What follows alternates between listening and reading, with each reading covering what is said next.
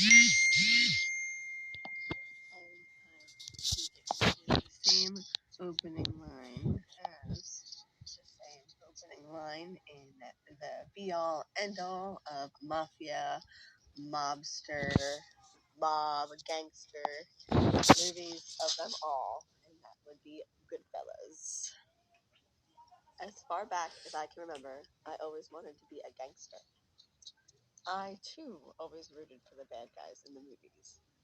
It wasn't until recently when COVID's winter doldrums sent me to being nominated for the World's Best Couch Potato Award when I had an epiphany.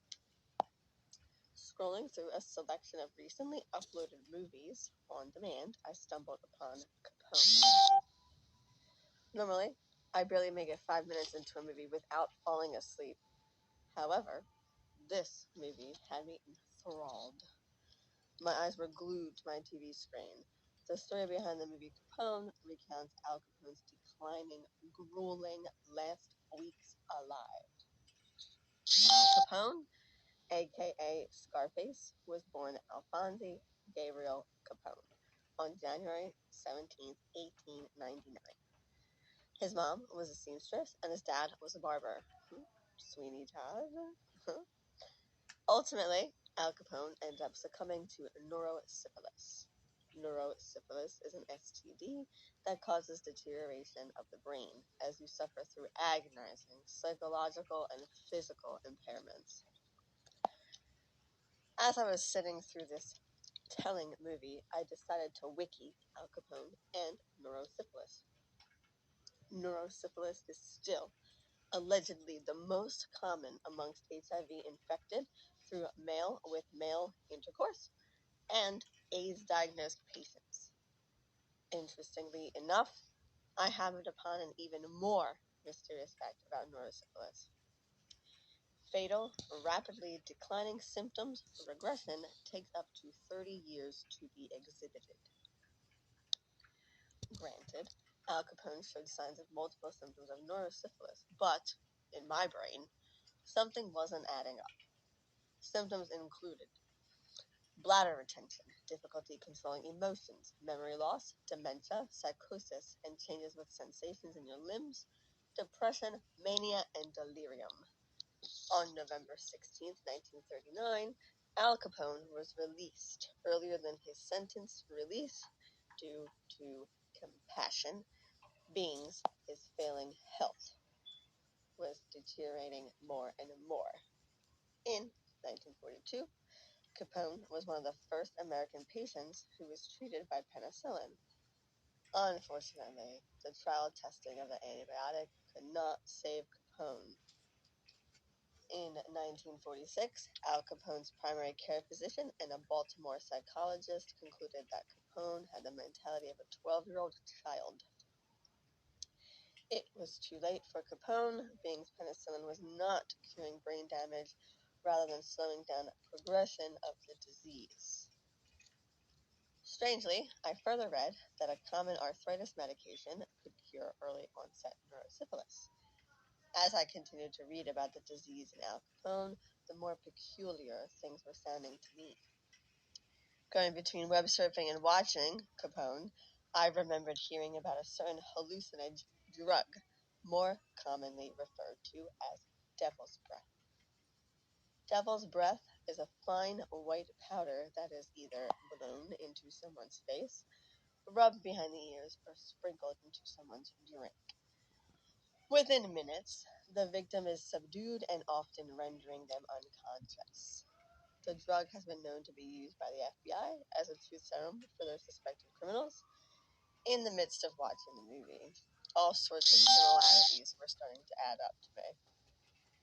Here's devil's breath symptoms: dry mouth, blurred vision, prolonged headaches, urinary retention, psychotic episodes, distortion of reality, dizziness, and depression. If you have watched the movie Capone, then you too would be able to notice how much his dying ailments resembled the fairly uncommon drug's symptoms.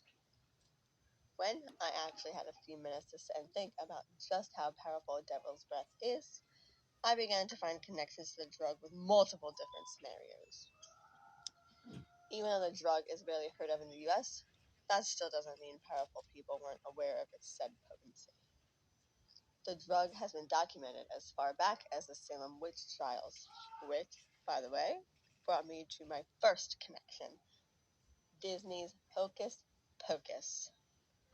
Danny, Binks, Max, and Allison's Yabos all ventured into Max and Danny's mom striking a pose with Dracula into a club. There, the Sanderson sisters stole the show with a rendition of I Put a Spell on You. At the very end of the song, Winifred exclaims, "Dance, dance, dance until you die." Unbeknownst to me, there is a legitimate reason behind her statement. Allegedly, there was a deadly plague that swept across the Roman Empire in the 1500s. Approximately 400 people had randomly busted a move until they dropped dead. Devil's breath is similar to scopolamine, which is used for post-operative nausea and vomiting, and it is also used to ward off seasickness. One of the first episodes of CSI that I remember watching was about a stripper who sprinkled some of the drug onto her yabos, rendering her unsuspecting, wealthy-appearing target unconscious within minutes. Additionally, the drug is reminiscent of the date-rape drug Rohypnol, and devil's breath can be absorbed via a piece of thin, soaked paper. Everything was starting to make sense. Sadly, it didn't make me any dollars. Not long ago, I was listening to one of my favorite songs, Sympathy for the Devil. As I was singing along, I started to wonder if the famed Mick Jagger could be singing about devil's breath as well. Going back to Capone, I found out that there was an original movie about the legendary Al Capone that was already made by the late, great Howard Hughes. Whenever I was able to take time away from drooling over the oh-so-sexy Leonardo DiCaprio in the movie, The Aviator, I couldn't help but notice the similarities between Capone and Hughes as well. Maybe that would be enough content for another podcast. In conclusion, Al Capone was one of the first Americans to try the antibiotic penicillin. Even though the prescription slowed down the process of fatality of his disease, he ultimately succumbed to his battle with neurosyphilis. Although 3 days before his passing, he had a stroke, followed by heart failure due to his stroke. I personally don't see the correlation between the disease and his demise. Also, fatal symptoms supposedly don't start progressing for some 15 to 30 years after diagnosis. So, how could his deteriorating health slow down, but yet not have enough time to cease and desist altogether? Perhaps there's more to Al Capone than what we really know nothing about.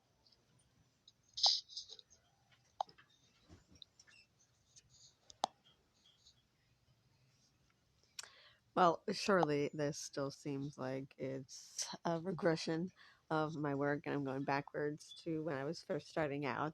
But this is one of my original ones, and I couldn't help but add it as well the way it is, because I think that's fair. It started out as a podcast, and I'm just posting it on YouTube, just to post on YouTube. However, it's quite the same as if you go missing, you wouldn't use the Snapchat dog filter picture of you to put out there so that people can find you, correct? So maybe it's nice to have the originals around once in a while. The old, maybe it's not always nice to out with the old and in with the new. Maybe it's nice to keep some old around. Lastly, have you thought about my question that I had left you with? What does being buried alive have in common with the suicide forest?